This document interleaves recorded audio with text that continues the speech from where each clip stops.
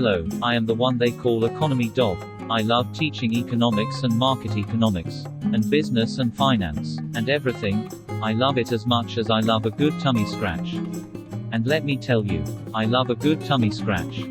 Many of my fans send me letters and ask questions. Here is one such letter you will find interesting. Dear Economy Dog, I'm so confused. The markets are up, the markets are down, so crazy. I am hearing the word inflation, but at the same time I hear the word recession. And then I hear the word stagflation. What am I to do? I want to learn about the economy.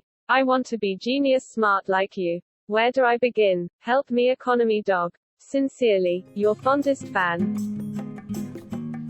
To my fondest fan, I am here to help.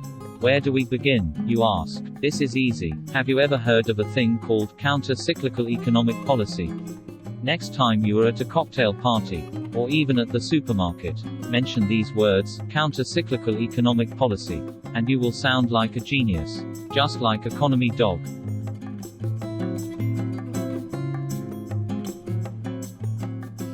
Counter-cyclical economic policy is the foundation. It is the basis of our country's entire financial and economic strategy.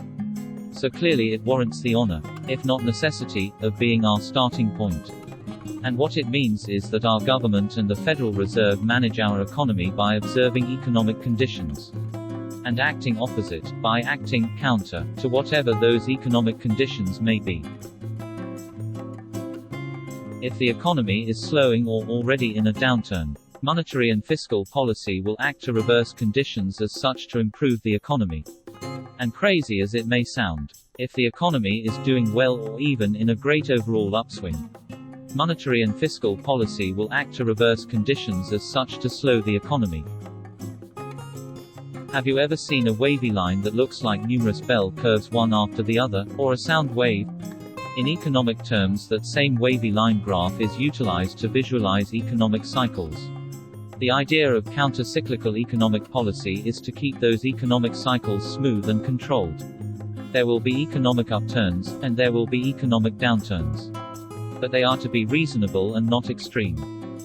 For example, if the economic graph trends down the bell curve, our government and the Federal Reserve will loosen their economic tools to stop that downward economic trend and turn it back upward.